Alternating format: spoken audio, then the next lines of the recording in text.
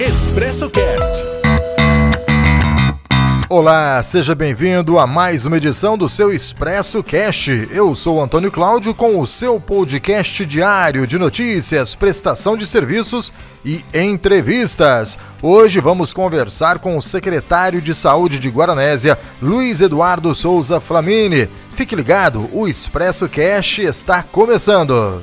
Quer dar um presentão pro seu amor? Pague com seu cartão Sicoob Card e concorra a prêmios. Promoção Sicoob Card Mozão Premiado. No mês dos namorados, a cada R$50 em compras no crédito, você pode concorrer até 12 milhões de pontos no Coopera. Quanto mais você usar seu cartão, mais chances tem de ganhar. De 1º a 30 de junho. Cadastre-se e participe. Sicoob.com.br/Mozão Premiado. Ah, seu mozão merece esse presente. Sicoob, faça parte. Governo de Minas quer prorrogar vigência do estado de calamidade pública pela pandemia da Covid-19 até o mês de dezembro.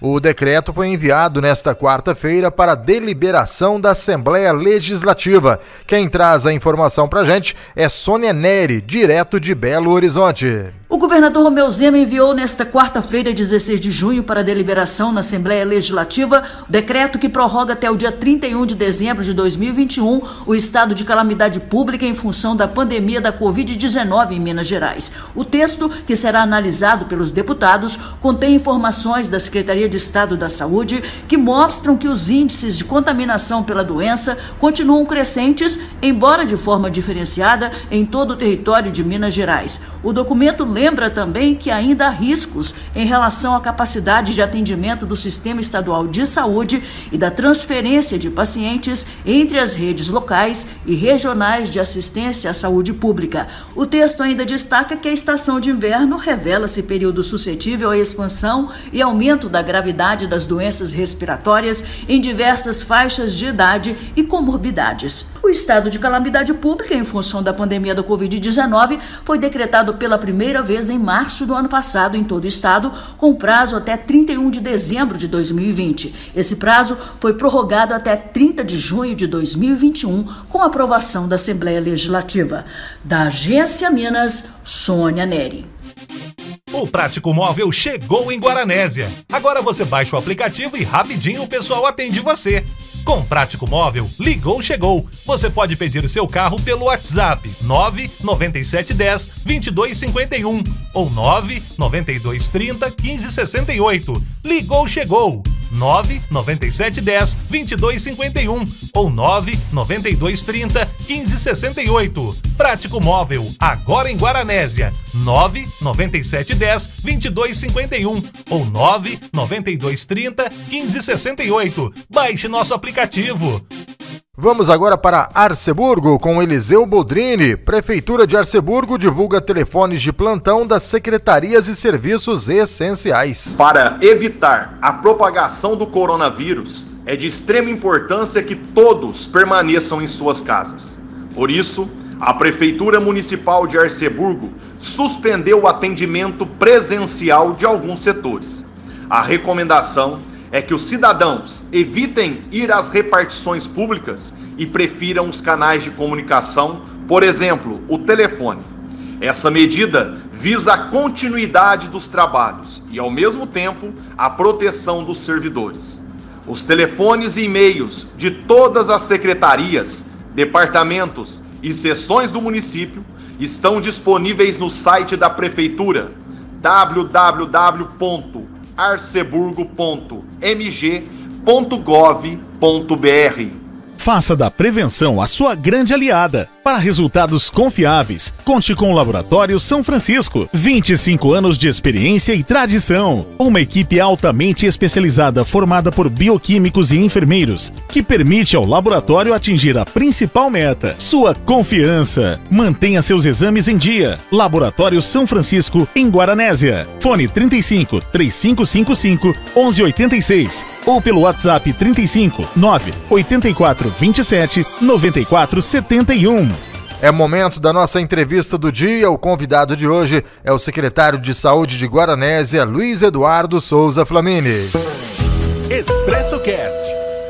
Estamos aqui no nosso Expresso Cast, agora para nossa entrevista do dia. E o nosso convidado de hoje para esse bate-papo é o secretário de Saúde de Guaranésia, Luiz Eduardo Souza Flamini, meu querido amigo Du. Tudo bem, Du? Seja bem-vindo ao Expresso Cast. Tudo bem, Antônio Cláudio? Um prazer falar contigo novamente. E estamos à disposição para ouvir e bater um papo bacana nesse podcast, tanto sucesso na região aí. Du, graças a Deus a gente está fazendo bastante sucesso com o podcast, muita gente recebendo, tendo um feedback bem legal.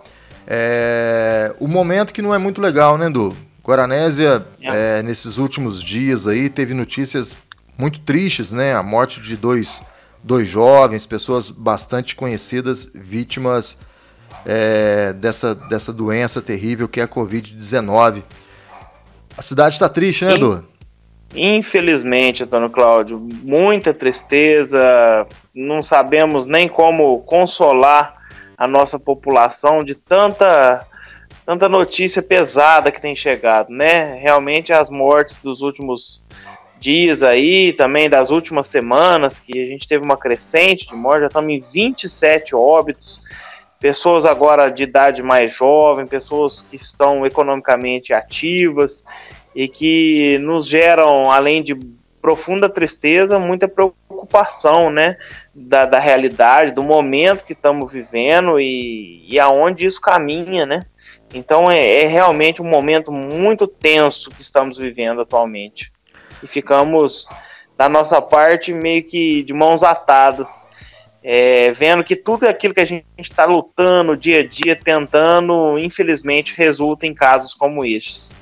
Infelizmente, a população muito triste, né, nesses últimos dias aqui em Guaranésia e em toda a região. Em Guaxupé também os casos aumentam dia a dia, né? 3 mortes, 2 mortes todos os dias. Isso dá um baque na gente, né, Du? Mostra o quanto a nossa vida é frágil, né? O quanto não valemos nada, né, Antônio Cláudio? É uma situação a nível, assim, nacional, claro, que já vem se arrastando há algum tempo, mas que se agudizou a nível regional, podemos falar, né? Em todas as nossas cidades circunvizinhas aqui, há um aumento expressivo de mortes, há um aumento de casos, de condições, de acontecimentos igual esse, que estão gerando tanta tristeza nas comunidades aí, né? Muito ruim ter que passar por isso, estarmos diante desse fato tão preocupante, tão triste. Du, e a solução é a vacinação mesmo, né, Du? É a única forma. Como é que essa vacinação está? A gente fala para muitas cidades da região, mas aqui em Guaranésia, no distrito de Santa Cruz da Prata, como é que está essa vacinação? Como é que está caminhando? Está dentro do previsto? Está de acordo com o que foi planejado? Existe um atraso no recebimento das doses de vacinas aqui por parte do nosso município, Du? Antônio Cláudio, eu compartilho desse pensamento e creio que a gente só vai começar a ver melhores cenários quando a vacina atingir um grande percentual da nossa população. Uma grande parte das pessoas vacinadas, claro que a vacina não é um imunizante, que você vai ficar livre de usar máscara, usar toda a proteção, até que esse vírus, com muita gente vacinada, caia numa, vamos dizer assim, numa vala comum, como foi o da gripe, como o H1N1, H2N2 e outros vírus que foram surgindo, mas até a gente chegar lá, a vacina é o ponto fundamental. Em relação à nossa cidade, a gente tem como sequência natural do que vem sendo programado pelo estado de Minas, né? Então a gente está dentro do prazo, até o final de semana, muito provavelmente a gente já deve finalizar a faixa das comorbidades. Também já estamos vacinando os profissionais da educação, essa semana fazendo por meio de convocação os profissionais, os educadores da educação infantil, e vamos seguir até finalizar o ensino fundamental e médio nas próximas semanas, essa é a previsão. Tanto Guaranésia quanto Santa Cruz da Prata, a gente tenta e tem conseguido seguir na mesma faixa. E sim, dentro do programado, está caminhando conforme as diretrizes programadas pela Secretaria Regional e Estadual. Du, então a gente pode acreditar que aquele calendário de vacinação para as idades, né, que foi divulgado ontem pelo governo do estado, ele vai ser cumprido, Du? A gente pode ter essa esperança? A esperança, sim. É bom frisar que aquele calendário é uma previsão do estado de Minas. Por que eu digo isso? Porque tanto o estado de Minas, como todos os municípios, dependem do recebimento de doses do governo federal. E outros fatores podem influenciar esse recebimento, como a produção de vacinas, seja pelos laboratórios diferentes, seja a aquisição de mais doses pelo próprio governo federal e o envio para o estado. Se mantiver a programação atual de compra, de recebimento e envio, essa previsão será cumprida, mas a população tem que ter ciência que é sim uma programação e pode sim atrasar, não pelo município, e sim pelo estado de Minas mesmo, pelo envio de doses. Porque vem do governo federal para o estado e do estado para os municípios, né? Para as secretarias regionais, exatamente, das secretarias para os municípios. As próximas doses, tem alguma data definida para chegar aqui em Guaranésia, Edu? A previsão, e a gente tem recebido já nas últimas semanas, todas terças-feiras. Por exemplo, ontem fomos e recebemos em torno de 900 doses novas. Inclusive, recebemos também agora a vacina da Pfizer, que nos possibilitou vacinar gestantes com comorbidade e incluir essa vacina naquelas comorbidades específicas. Então, já é uma notícia boa que está chegando um outro tipo de imunizante que soma já a AstraZeneca, que já chegava, e também a Coronavac já chegou, né, do Butantan. Então, é mais um para acrescentar o rol de vacinas e a gente seguir avançando. Edu, muitas pessoas ainda não sabem como é que funciona essa programação de vacina. Quem é que define quem vai ser vacinado? É a secretaria aqui do município? A secretaria tem alguma autonomia nessa questão? Ou nenhuma autonomia? Isso é uma regra que vem de cima, vem do estado, vem do governo federal? É muito bom esclarecer esse ponto, que a população, muitas pessoas nos procuram, nos acusando que está dando prioridade para determinado grupo, está escolhendo os grupos a serem vacinados, e nós aqui a nível municipal não temos autonomia nenhuma em definir quem serão os vacinados. Há um segmento do Plano Nacional de Imunização e também as diretrizes propostas e impostas pelo Estado de Minas. Então, o Estado define as regras, divide as doses às secretarias regionais, que nos encaminha já pronto para qual grupo vai receber aquela vacina.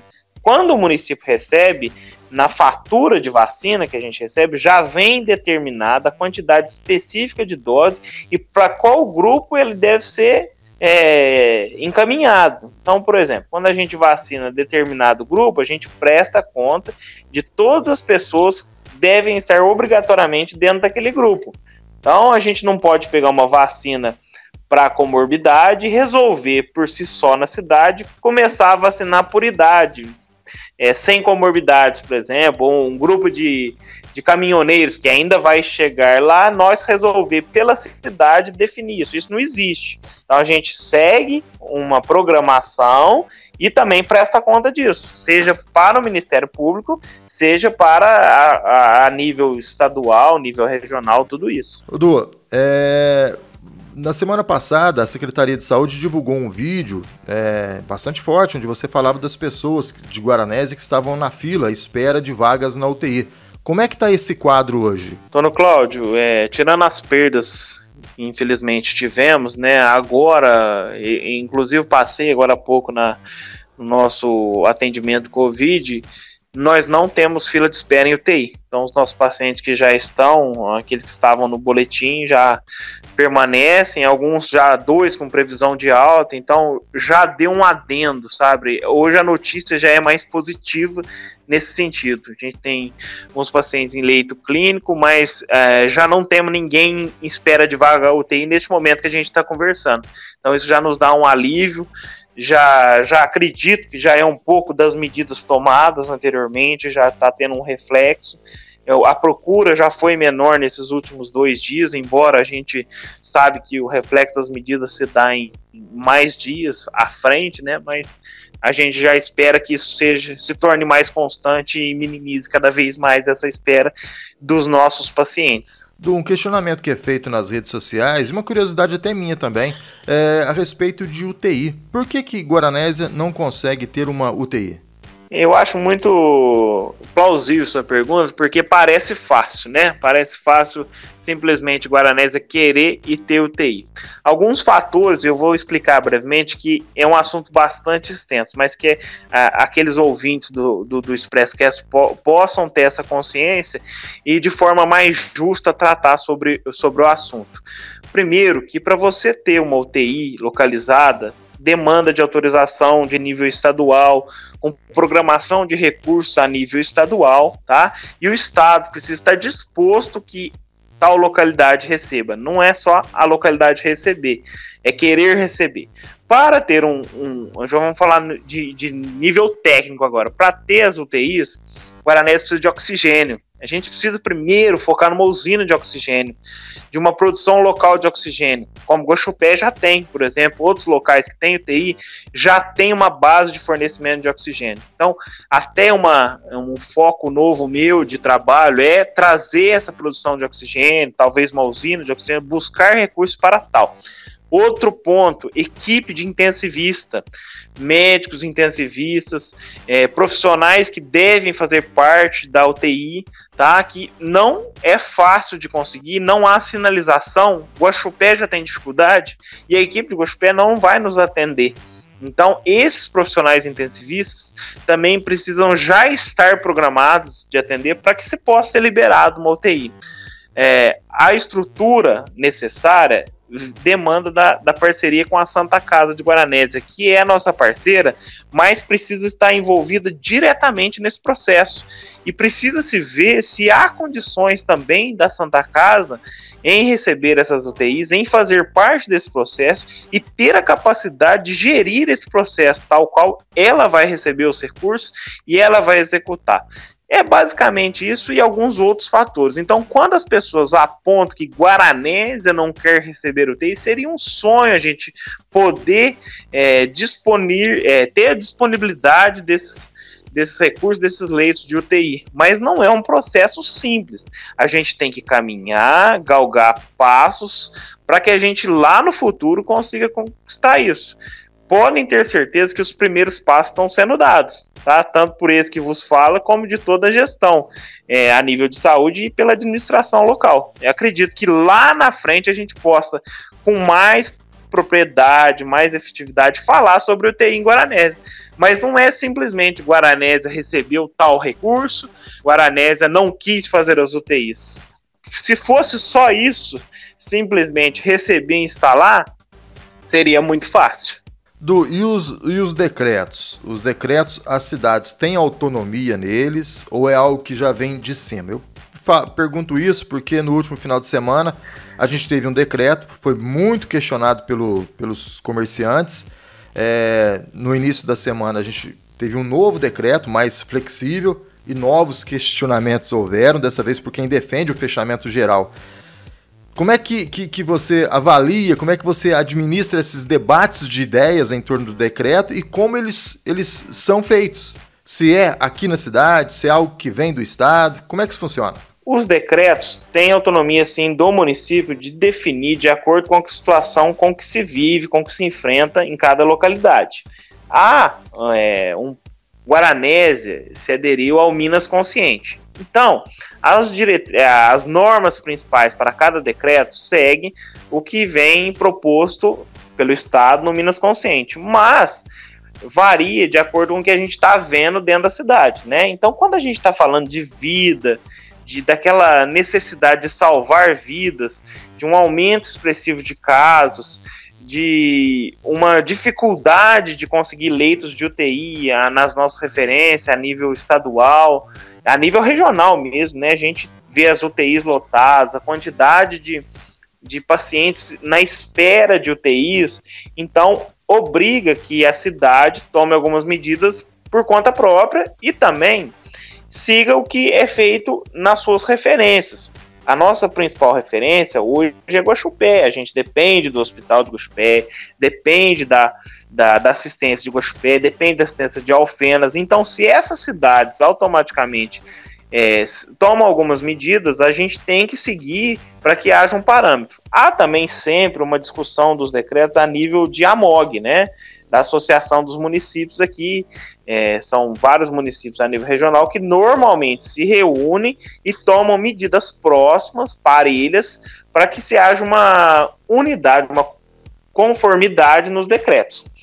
Da minha parte, como gestor em saúde, eu estou sempre muito à frente da saúde. Eu estou vendo vidas se perderem, vendo pessoas sem conseguir assistência. Às vezes a gente passou nas últimas semanas com gente aguardando 2, 3, 4 dias para conseguir uma transferência. Então, a gente fica na ânsia de cuidar de vidas e tomar decisões que muitas vezes impactam em diversos serviços. E, por outro lado, também, a gente sabe da necessidade do comércio trabalhar, das pessoas terem o seu ganha-pão diário, e aí a gente tem que fazer um balanço, né, entre o que a gente consegue fazer e o que a gente consegue conjuntamente definir. A gente tem um comitê que é próprio para o enfrentamento ao Covid, a gente tem uma reunião sempre da saúde com a administração pública, o gabinete, para a gente tomar essas decisões.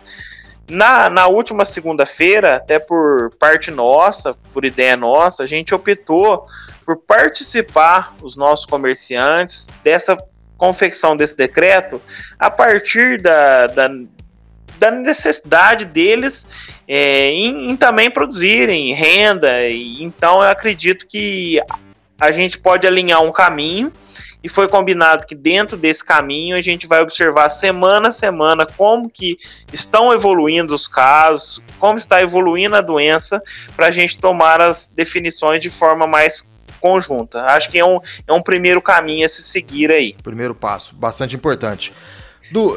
Sim. Em relação à fiscalização, a gente percebe muitas críticas, né, em relação à fiscalização. Em todas as cidades, mas aqui em Guaranésia a gente percebe isso de uma forma até mais forte. Qual é a grande dificuldade da fiscalização aqui no município, Du?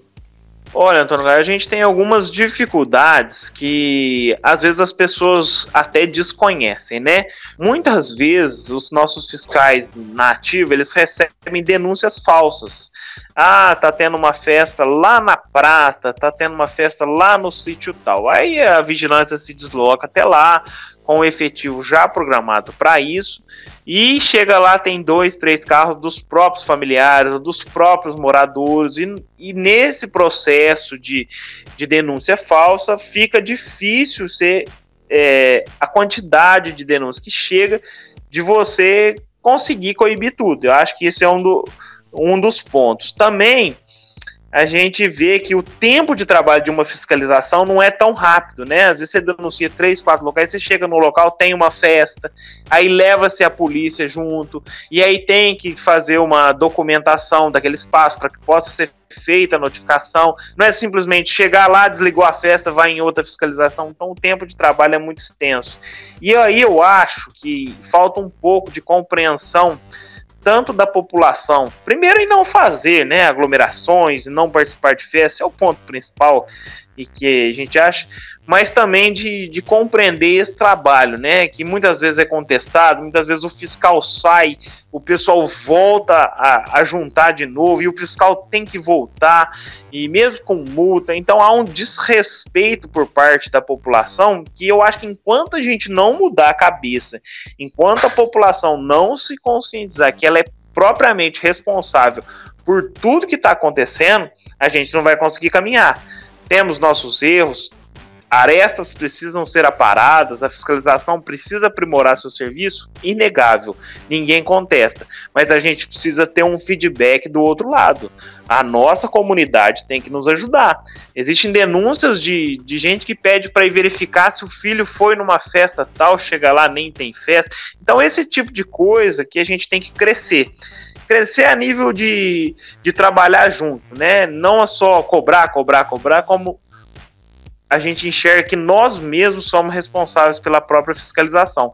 Nós temos que participar dessa fiscalização também.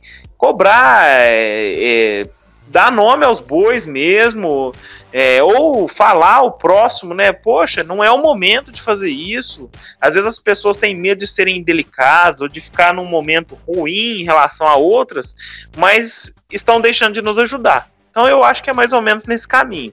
A minha próxima pergunta seria: onde estamos errando? Eu acho que você já respondeu, né? Eu acho que o erro é geral, né, Du? Falta conscientização mesmo da população, de todos nós, né? Eu acho que é o ponto crítico, tá? Da gente se conscientizar, nós aí, culturalmente, eu até falei isso na reunião com os comerciantes na segunda-feira, culturalmente somos muito vinculados àquela necessidade do calor humano, da festa, do encontro, mas se a gente não entender que se a gente não mudar a nossa conduta, não mudar a nossa forma de participar em vida, a nossa forma de ter amor ao próximo, na necessidade de se conscientizar mesmo, de colocar a mão na cabeça e falar aonde nós estamos indo, para onde caminhamos, e ser uma unidade de trabalho, desvincular de politicagem, sabe, Antônio Cláudio? De desvincular, focar em vida, focar em saúde e esquecer todo o resto, a gente cresce, amadurece e vence conjuntamente.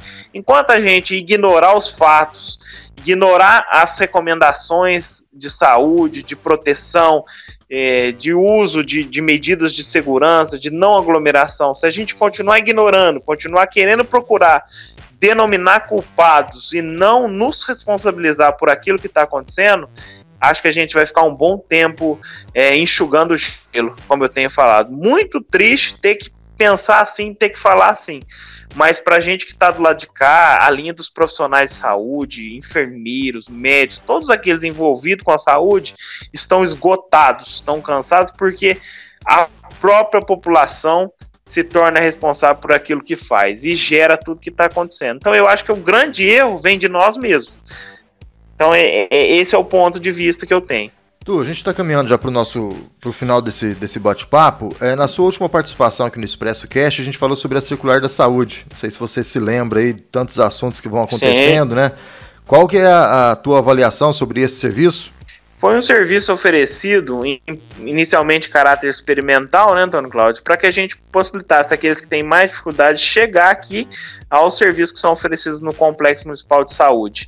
Daquele primeiro circular experimental, nós já ampliamos a rota, já passa em mais pontos da cidade e tem funcionado muito bem, não tem tido, vamos dizer, dificuldades da população ter acesso, as rotas são bem divulgadas, é um serviço que tem funcionado, então 2 vezes por dia na parte da manhã, 2 vezes por dia na parte da tarde, esse circular funciona e a nossa população tem usado e tem se mostrado satisfeita com o serviço. A população já se acostumou com a mudança para o complexo de saúde? Acredito que sim, a unificação dos serviços, ao meu ver, também foi muito positiva. Há uma unificação do sistema de trabalho de saúde aqui, onde o paciente antigamente tinha que ir em 3, 4 locais para resolver a vida ou o andamento do seu atendimento médico, né? Seja ir ao médico, buscar remédio, agendar transporte ou necessitar de outros serviços. Esse complexo veio a calhar e tem funcionado muito bem, a estrutura está muito bacana, aqueles que cá visitam podem perceber a qualidade do trabalho que tem sido feito aqui. Estamos bastante satisfeitos com isso. Valeu, meu irmão, meu amigo Luiz Eduardo Souza Flamini, muito obrigado pela sua participação aqui no Expresso Cast de hoje. Eu que te agradeço mais uma vez, meu irmão Antônio Cláudio, te parabenizando pelo sucesso da empreitada mais uma vez e contando com a grandiosidade e a quantidade de locais que essa mensagem vai chegar, vai atingir, para que as pessoas realmente sejam mais empáticas, mais altruístas e que realmente o amor ao próximo fale mais alto, que a nossa consciência seja de uma mudança de postura, uma mudança de forma de enfrentar essa doença tão pesada que influencia na vida de todos nós, que possamos lá na frente, seja no final do ano ou o mais breve possível, dar uma nova entrevista para você falando assim: Antônio Cláudio, estamos já de forma bastante controlada, com uma população em alto nível já de vacinas e a vida vai voltando ao normal. É isso, meu irmão. Expresso Cast. Obrigado por acompanhar mais esta edição do Expresso Cast. Voltamos amanhã. Um abraço e fique com Deus.